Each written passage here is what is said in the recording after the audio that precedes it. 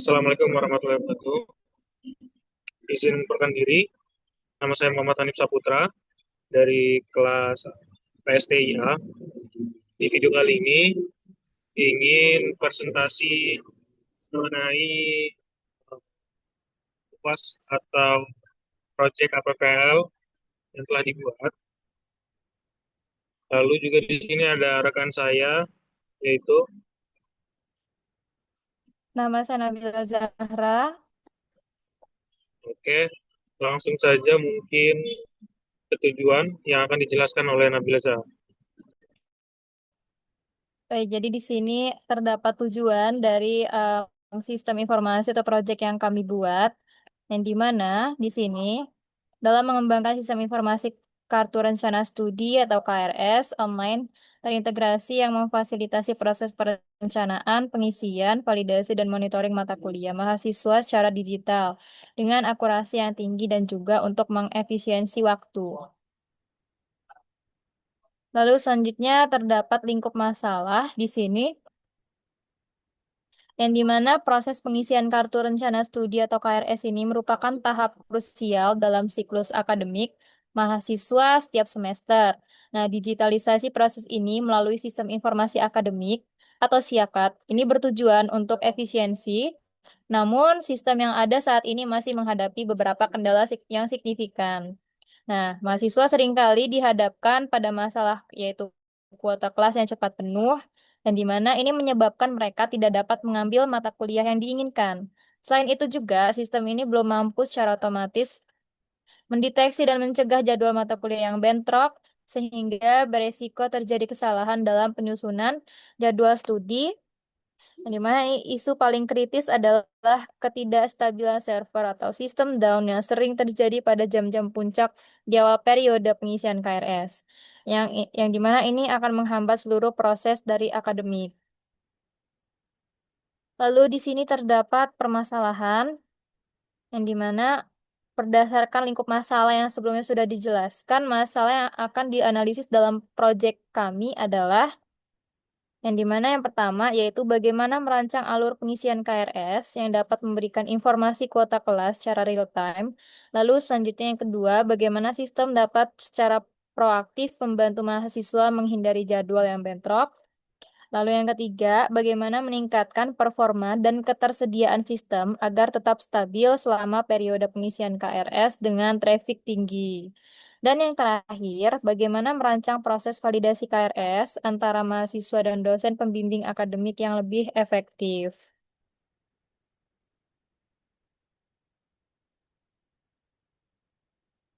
Baik, selanjutnya di sini terdapat kebutuhan fungsional dari proyek KRS ini. Nah,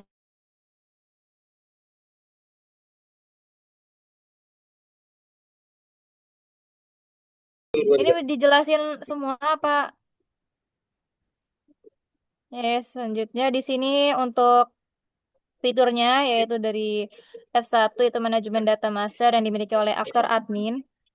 Untuk deskripsinya sendiri, untuk fitur manajemen data master ini sistem dapat melakukan root untuk data master seperti mahasiswa, dosen, mata kuliah, dan kurikulum. Lalu untuk fitur yang kedua yaitu manajemen periode akademik yang dimiliki oleh aktor admin, yang dimana sistem memungkinkan admin untuk membuka dan menutup periode pengisian KRS, perubahan KRS, dan input nilai. Lalu untuk fitur yang ketiga yaitu F3 itu adalah manajemen kelas. Ini dimiliki oleh admin, yang dimana sistem ini memungkinkan admin untuk membuka kelas untuk setiap mata kuliah pada semester berjalan, mengatur kuota, jadwal seperti hari, jam ruang, dan menugaskan dosen pengajar. Lalu untuk fitur yang keempat itu ada login pengguna. Ini dapat dilakukan oleh admin, mahasiswa, dan juga dosen. Dan di mana sistem ini harus menyediakan halaman login untuk aktor, mahasiswa, dosen, dan juga admin menggunakan username dan juga password. Lalu untuk fitur yang kelima yaitu ada logout. Ini bisa dilakukan oleh admin, mahasiswa, dan juga dosen. Yang di mana sistem harus menyediakan fungsionalitas logout yang aman. Selanjutnya ada fitur untuk melihat profil. Ini bisa dilakukan oleh mahasiswa dan juga dosen, yang dimana pengguna ini bisa melihat data profil pribadinya, mahasiswa dapat melihat IPK dan jatah SKS yang maksimal. Lalu untuk fitur selanjutnya itu untuk penampilan mata kuliah. Ini bisa dilakukan oleh aktor mahasiswa. Sistem ini akan menampilkan semua mata kuliah yang ditawarkan untuk prodi dan semester mahasiswa, serta informasi detail seperti kode, mata kuliah, SKS, jadwal dosen, kuota, dan juga sisa kuota. Lalu untuk fitur yang ke-8, itu ada filter dan pencarian. Ini bisa dilakukan oleh mahasiswa. Jadi nanti mahasiswa bisa melakukan filter dan pencarian mata kuliah berdasarkan nama, kode, atau hari. Dan yang terakhir, untuk fitur yang terakhir, ini ada pemilihan mata kuliah. Jadi ini bisa dilakukan oleh mahasiswa. Mahasiswa bisa memilih mata kuliah. Dia bisa menambahkan mata kuliah ke kartu rencana studinya. Selanjutnya mungkin akan dijelaskan oleh rekan saya. Oke, selanjutnya masih di kebutuhan fungsional, ya di mana ini lanjutannya. Yang pertama ada fitur pembatalan mata kuliah yang dilakukan oleh mahasiswa. Jadi mahasiswa itu dapat membatalkan atau menghapus mata kuliah dari rencana studinya selama periode pengisian itu masih dibuka. Lalu ada validasi otomatis. Jadi ini juga dimasuk di mahasiswa. Jadi saat pemilihan sistem, secara otomatis melakukan validasi, yaitu pengecekan jadwal bentrok, pengecekan batas SKS, sama pengecekan mata kuliah prasyarat. Jadi kalau ketiga ini terpenuhi, maka dia akan bisa untuk validasi. Lalu ada notifikasi validasi, yaitu sistem memberikan notifikasi real time pada mahasiswa jika terjadi jadwal bentrok. Ada pengajuan submit KRS, yaitu mahasiswa dapat mengajukan KRS yang telah disusun pada dosen pembimbing akademik. Berarti dia bisa mengirimkan ke dosen pembimbing. Lalu ada pemantauan status, mahasiswa dapat melihat status KRS-nya, ada cetak KRS juga. Selanjutnya itu ada lihat daftar mahasiswa, ini di dosen. Jadi dosen itu bisa melihat daftar seluruh mahasiswa, ada lihat detail KRS mahasiswa. Jadi dosen itu juga dapat membuka dan melihat rincian KRS yang diajukan oleh mahasiswa bimbingannya. Ada persetujuan KRS juga, di mana dosen ini dapat memberikan persetujuan atau validasi pada KRS yang diajukan. Nah, ini hanya berlaku untuk dosen pembimbing. Ada penolakan KRS. Jadi dosen juga dapat menolak KRS dengan alasan tertentu. Ada juga lihat riwayat validasinya. Nah, selanjutnya itu ada kebutuhan fungsional. Yang di mana pertama itu ada waktu muat halaman. Waktu muat halaman itu terutama pada daftar mata kuliah itu harus dimuat sepenuhnya dalam waktu kurang dari 3 detik pada koneksi internet standar 10 Mbps. Lalu ada beban puncak, yaitu sistem harus mampu melayani minimal 1.500 pengguna secara bersamaan selama jam puncak pengisian KRS tanpa penurunan performa yang signifikan. Lalu ada waktu transaksi, yaitu waktu yang dibutuhkan dari klik ambil mata kuliah hingga mata kuliah itu masuk ke draft, itu tidak boleh lebih dari 2 detik. Lalu ada uptime system, sistem dijamin memiliki uptime 99,5%, itu selama periode krusial seperti pengisian KRS atau perubahan KRS di masa awal kuliah. Ada backup dan recovery, itu sistem harus memiliki mekanisme backup data harian otomatis. Waktu pemulihan dari kegagalan server tidak boleh lebih dari 2 jam. Lalu ada autentikasi dan otorisasi, yaitu akses ke setiap fitur harus dilindungi oleh sistem login supaya aman. Lalu ada keamanan data juga, semua data sensitif termasuk password pengguna itu harus dienkripsi dalam database. Komunikasi antar klien dan server harus melalui protokol HTTPS. Sesi pengguna juga, itu sesi login pengguna harus memiliki batas waktu. Misal otomatis logout setelah 30 menit tidak aktif.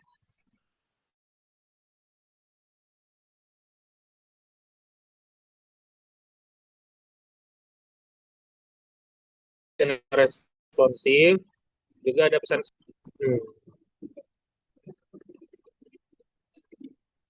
Lalu ada konsistensi antar muka, di mana desain tata letak dan penempatan tombol itu harus konsisten. Lalu ada dukungan browser, yaitu aplikasi harus berjalan dengan baik pada Google Chrome, Mozilla, Safari, Microsoft Edge. Lalu di sini ada use case yang akan dijelaskan sedikit oleh Nabila Zara.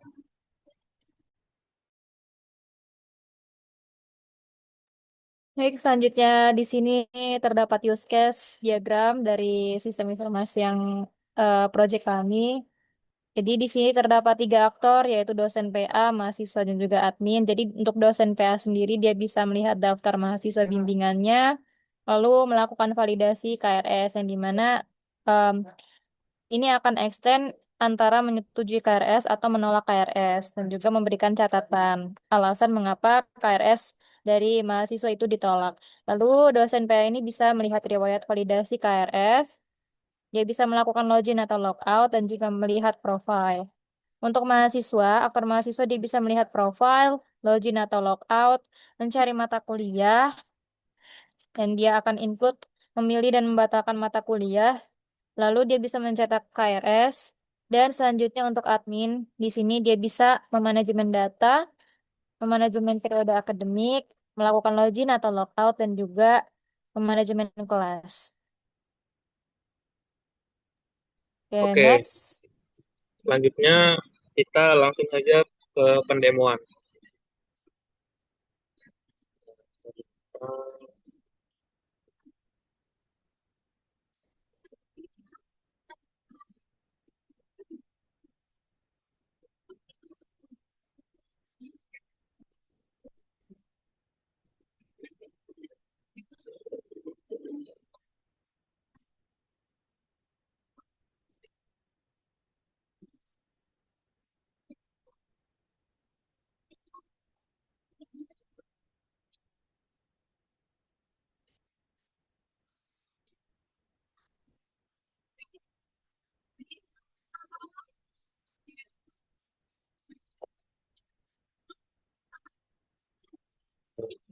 Nah, ini adalah halaman login yang dimana di sini kita menggunakan akun demo. Itu mungkin pertama kita akan masuk ke dashboard admin. Di sini udah ada username dan password, lalu login. Lalu akan masuk ke dashboard admin. Misalnya di sini ada manajemen data untuk kelola user dan kelola mata kuliah. Nah, di sini dia bisa melihat user-user yang ada pada sistem ini. Itu ada mahasiswa, ada role-nya. Mahasiswa, dosen, dan juga admin. Lalu ada kelola mata kuliah juga. Jadi di sini bisa mengelola mata kuliah, bisa tambah mata kuliah. Itu juga bisa tambah user. Lalu di dashboard admin ini, dia menampilkan total mahasiswa, total dosen, mata kuliah yang ada, KRS yang masih belum divalidasi, lalu total user, sama ada pengumuman. Lalu ada quick action untuk mempercepat doang atau shortcutnya. Ada distribusi status KRS, terus mahasiswa per program tadi ini chart doang. Ada aktivitas, juga ada user terbaru. Nah, mungkin segitu admin, coba kita lanjut.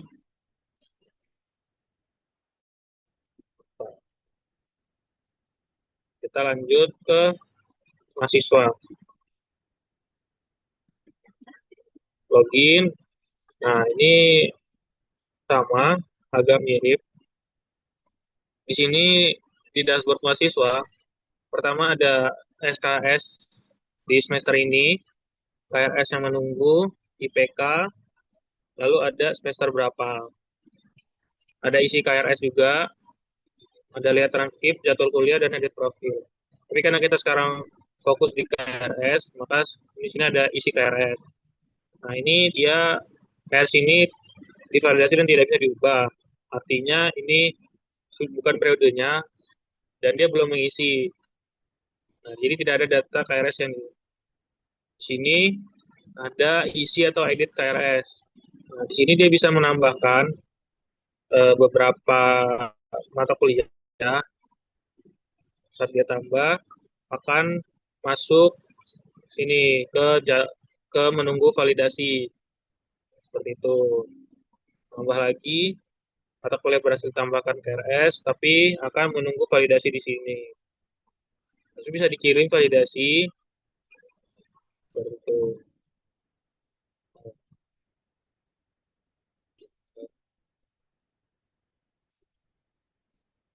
Jadi hanya fokus di pengisian KRS. Lalu juga di sini bisa cetak KRS seperti ini.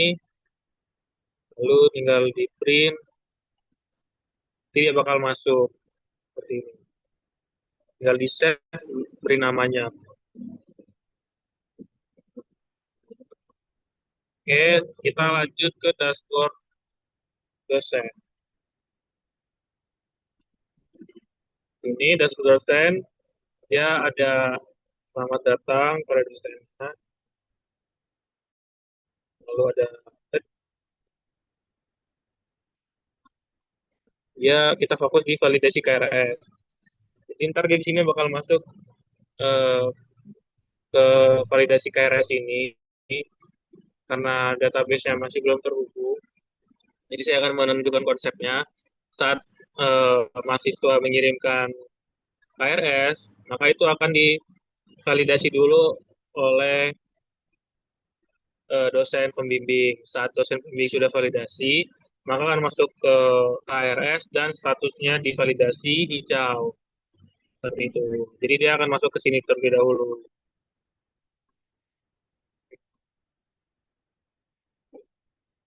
Nah, mungkin itu saja untuk pendemoan websitenya dan juga presentasi dari eh, proyek kami. Jika ada salah-salah kata atau masih banyak kurangnya, kami mohon maaf. Kami akhiri. Wassalamualaikum warahmatullahi wabarakatuh.